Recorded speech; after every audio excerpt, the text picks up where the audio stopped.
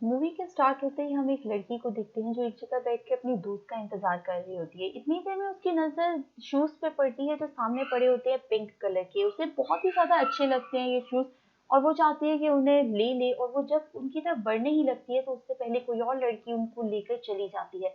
और वो आगे जाके जब उन शूज को पहनती है तो कुछ देर आगे चलने के बाद उसको कुछ अजीब सी फीलिंग होने लगती है, और इतनी देर में वो देखती है कि उसके पाँव कट गए। ये सीन काफी ज्यादा पेनफुल होता है और इसी के साथ सीन चेंज हो जाता है जहां पर हम देखते हैं एक सुरजी लड़की को जो अपनी बेटी के साथ रहती हुई होती है और उसकी सेपरेशन हो चुकी होती है अपने हस्बैंड से, क्योंकि उन दोनों का रिलेशन काफी अच्छा नहीं होता। इसके बाद हम देखते हैं कि वो एक अपार्टमेंट में आई है रहने के लिए जहाँ कोई भी नहीं रहता, और वो बहुत सुनसान सी जगह है, वहां सिर्फ एक बूढ़ी औरत रहती होती है। ये अपार्टमेंट काफी ज्यादा खौफनाक सा होता है, लोगों का कहना होता है कि यहाँ पर घोस्ट वगैरह हैं, कभी लाइट्स ऑफ ऑन होने लग जाती हैं, कभी अजीबोगरीब आवाजें आती हैं, लेकिन सुंची के पास कोई और ऑप्शन नहीं होती क्योंकि उसके पास इतने पैसे नहीं होते। खैर वो अपने रूम में आती है और तमाम चीजों को क्लीन करने लगती है। इतनी देर में वो देखती है कि हर चीज काफी ज्यादा रिपेयरमेंट मांग रही है। खैर वो सोचती है कि वो क्यों ना खुद ही रिपेयरमेंट स्टार्ट कर दे, तो वो एक बल्ब को ठीक करने ही लगती है कि इतनी देर में एक ब्लास्ट होता है और वो बल्ब का पीस उसकी आईज में आके गिर जाता है। फिर वो उसके बाद डॉक्टर के पास जाती है जो उसकी फ्रेंड होती है, और वहां पर वो अपना ट्रीटमेंट करवाती है। यहाँ हमें पता लगता है कि सुजी भी एक डॉक्टर है और उसका क्लिनिक अंडर कंस्ट्रक्शन है।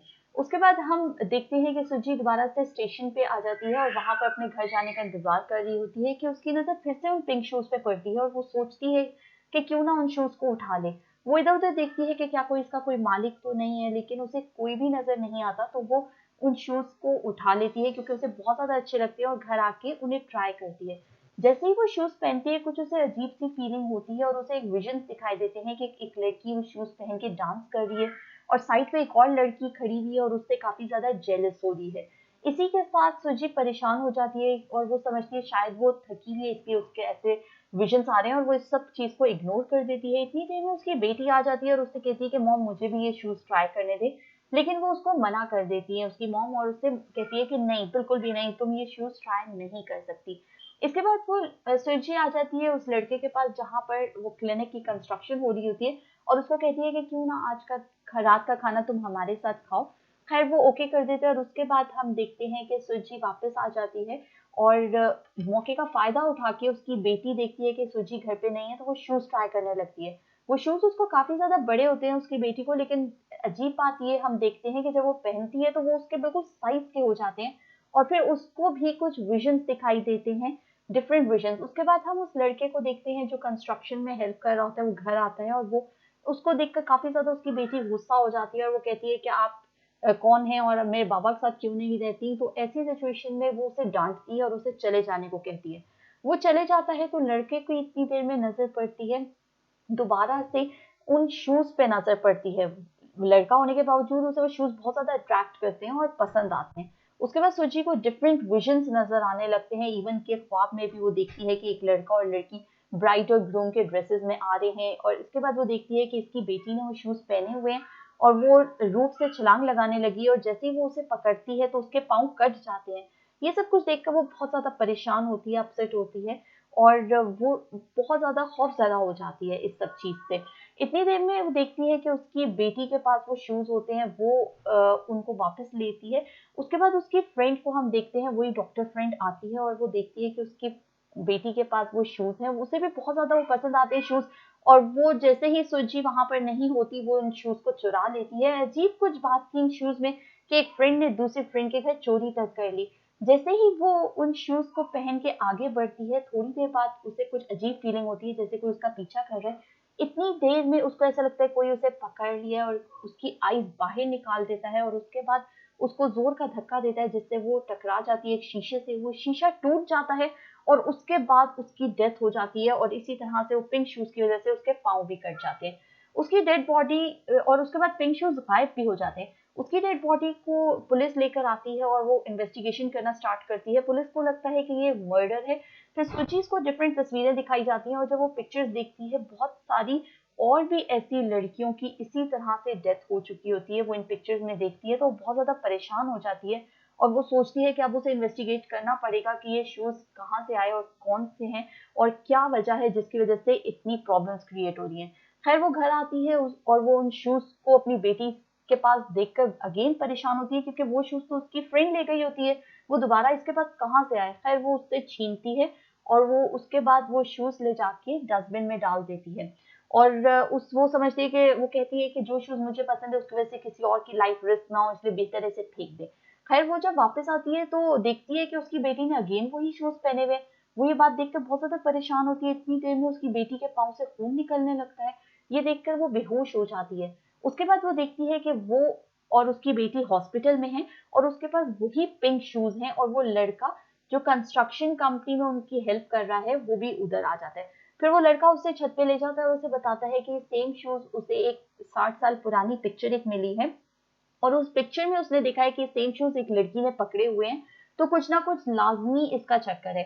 खैर वो फिर इन्वेस्टिगेट करने लगते हैं। फिर वो सोचती है कि क्यों ना उस बूढ़ी औरत से पूछा जाए जो कि उनके घर के पास रहती है, क्योंकि जब ये लोग उसके घर आए थे और इसके पास ये पिंक शूज उसने देखे थे तो वो काफी ज्यादा परेशान हुई थी और उसने कहा था कि इसे फेंक दो।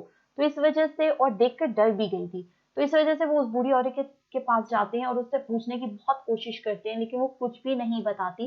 खैर एनीवेज बहुत ज्यादा इंसिस्ट करने के बाद वो थोड़ा सा बोलना स्टार्ट करती है। वो बताती है कि वो बहुत टाइम पहले एक लड़की ओकी जिसका नाम था उसके पास काम करती थी। वो एक बहुत अच्छी डांसर थी और उसकी एक फ्रेंड थी कीको, और एक लड़की थी जो कि उससे काफी ज्यादा जेलस थी वो कीको। और वो शूज उसके एक बॉयफ्रेंड ने उसे गिफ्ट किए थे और एक पार्टी में उसे गिफ्ट किए थे, और उसको देखकर वो जो कीको थी उसे लगा था कि उसके पास भी ऐसे शूज होने चाहिए। इस चक्कर में उसने ओकी के बॉयफ्रेंड को अपने झांसे में फंसाने की कोशिश की और इसमें वो कामयाब भी हो गई। लेकिन ओकी ने जब उन दोनों को एक साथ देखा तो वो वहां से भागी, और उसके बाद उसका बॉयफ्रेंड भी उसके पीछे भागा था उसको मनाने के लिए। लेकिन वो जो डांसर थी उसको दोबारा से ये बात देखकर बहुत ज्यादा परेशानी हुई कि अब भी इसका बॉयफ्रेंड उसी से प्यार करता है, तो इस चक्कर में उसने ओकी को मार दिया था। और उसके बाद उसने उसको मार डाला और उसके पाँव भी काट दिए। और उसके पाँव काटने के बाद उस शूज को लेकर काफी ज्यादा खुशी, और इस सब में इसका बॉयफ्रेंड भी शामिल था। उसके बाद हम देखते हैं कि वो लड़की और उसका बॉयफ्रेंड दोनों शादी कर रहे होते हैं। इतनी देर में उसने पिंक शूज भी पहने होते हैं कि इतनी देर में उसके पाँव कट जाते हैं और वो मारे जाते हैं, और उसका सोल, कीको का सोल उन्हें मार डालता है। यानी कि ऐसा होता है कि जो भी उन पिंक शूज को पहनेगा उसको मार दिया जाएगा। उसके बाद सुजी बहुत ज्यादा परेशान होती है और वो उसके सोल को फाइंड करने की कोशिश करती है, और आफ्टर ऑल उसे मिल जाता है उसका। और फिर वो कॉफिन में एक उसके पिंक शूज वापस लौटा देती है, और फिर वो समझती है कि अब कीको हमें परेशान नहीं करेगी क्योंकि हमने उसके शूज रिटर्न कर दिए हैं। अब वो उस लड़के से प्यार करने लगती होती है जो कि उसकी कंस्ट्रक्शन में हेल्प कर रहा होता है। वो उस लड़के के पास जब जाती है तो वहां तो उसे पता लगता है कि वो लड़का तो अब इससे नफरत करने लगा है, क्योंकि उस लड़के को सारी सच्चाई पता लग गई होती है, और वो सच्चाई सुजी की बेटी ने ही उसे बताई होती है।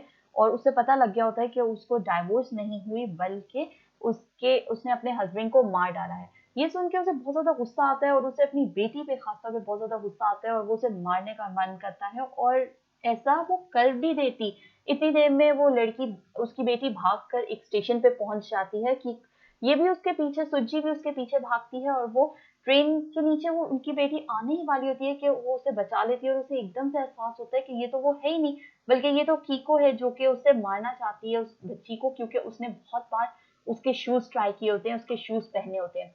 इतनी देर में वो बहुत ज्यादा सुजी परेशान हो जाती है और वो कहने लगती है कि हमसे क्यों हमारे साथ ऐसा करी, अब तो हमने तुम्हारे शूज भी रिटर्न कर दिए हैं। एनीवेज इसी के साथ उसको सोल नजर आता है, और वो कहती है कि ओ की इट्स मी कीको, और वो कीको का सोल नजर आता है। वो कहती है कि तुम जो हो वो तुम ओकी हो, तुम पहले तुमने अपने हस्बैंड को मारा, उस बॉयफ्रेंड को भी मारा, और तुमने ही सबको मारा, और इस वजह से तुम पहले कोकी थी, और इस वजह से तुम अपनी बेटी को भी मार डालोगी। तो उस डांसर की जल्द से इतनी ज्यादा बढ़ चुकी होती है कि वो अब लोगों को मारने पे आ चुकी है।